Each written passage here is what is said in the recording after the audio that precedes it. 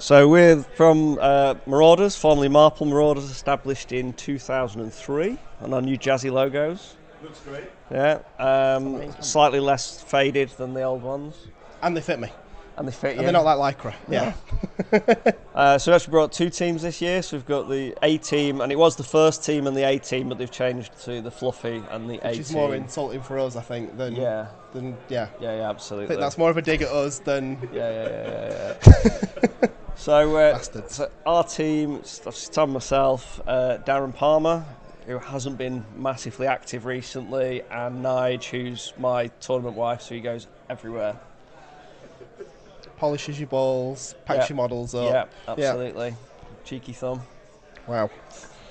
Got that? This is going downhill quickly. Is it? Yeah. Yeah. So I guess game plan wise. Shall I talk about me a little bit, considering you didn't introduce me? I did. I said Tom. Go on, then you talk. Hello, I'm Tom Maudsley. I'm playing Skaven for Marauders as well. Skaven/Vermin Lords. Cool. I've got Feck, Gristlegore, same list as Sheffield. In fact, it's on your on the stream. Yeah, same list as Sheffield list. For me as well. I probably would have made a couple of tweaks had it not been list submission on the Saturday of Sheffield for this. Just a few little bits around the edges, but overall I think it's... So for me, I've been sort of explaining mine to opponents a little bit like the old Change Host, but not quite as ferocious and bent. In that it's a heavy magic army, it's got a lot of casting.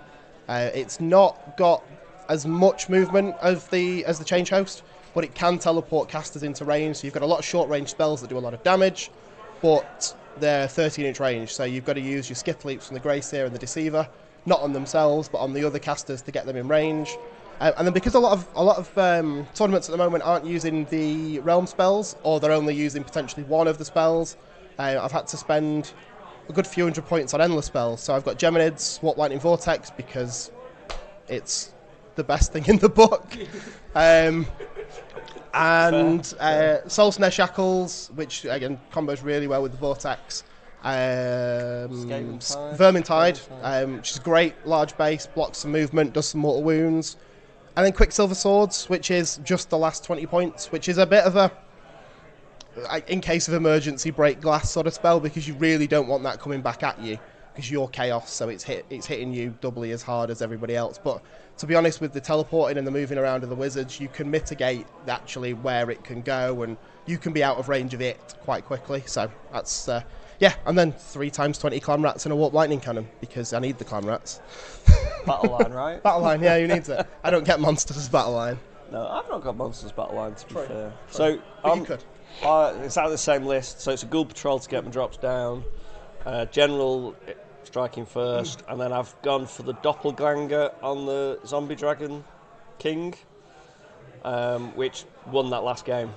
Hands down won that last game. It was it's the first time it's really come off in spectacular fashion, but how did it work? So effectively I go so because it's all heroes in the mission we've just played, I surrounded the heroes with the ghouls, so that if he comes into a king on a beastie, he's bringing the ghouls in as well, so the drops fell in my favour. So the first king goes at the start, then he picks, but with the doppelganger he can't attack the other king, so he does that, and then my guy goes left, and then kills another 30 Grims. So that item basically was 60 Grimghast Reapers gone. Well worth it. My name's Darren, I'm playing Stormcast. Tory. My name's Nigel, I'm playing with Sylvaneth. Playing with wood. Playing with wood. Is this the best casting couch ever? Teams is the best way to play Warhammer, period. Yes. There's absolutely there's no doubt about it. You've got the list elements, the design, and the restrictions in place for the War Scrolls. So even like with the endless spells, I took some of the spells that Tony wanted, because you could only have... to be fair, I borrowed Tom's endless spells. I haven't got my own for the general so ones, so I'm going to try. No say in the matter.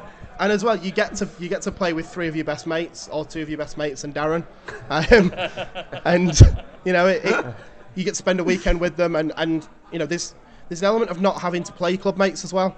which is great. You know, me and Tony tend to play every single event that we go to. Great games, but we play a fair bit outside. So And the other Marauder team's so far down, we're not playing them.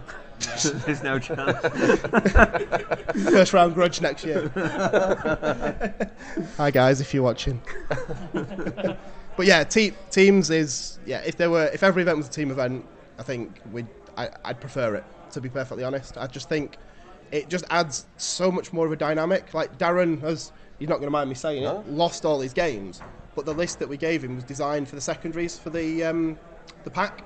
So it was sort of pinning the winning games on other lists, and Darren is losing but picking up 10 extra points for us.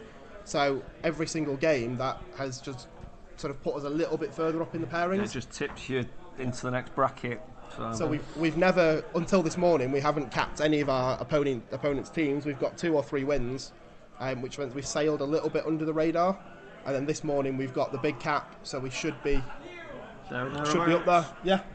And it's definitely going under the bus. And the first round, Nigel was holding me under the bus, as we said, when he decided against 3 great unclean ones, you can play the card which is kill a behemoth with a battle line unit in combat, and I've got adjudicators.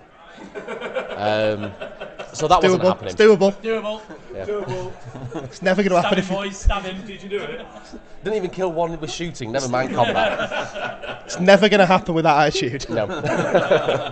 I don't know whether it's a lot harder these days, I think, to form a club.